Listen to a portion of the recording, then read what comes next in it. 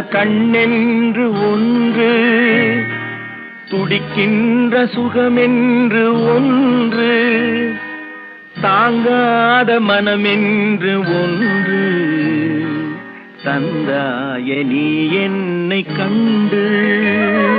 தூங்காத கண்ணென்று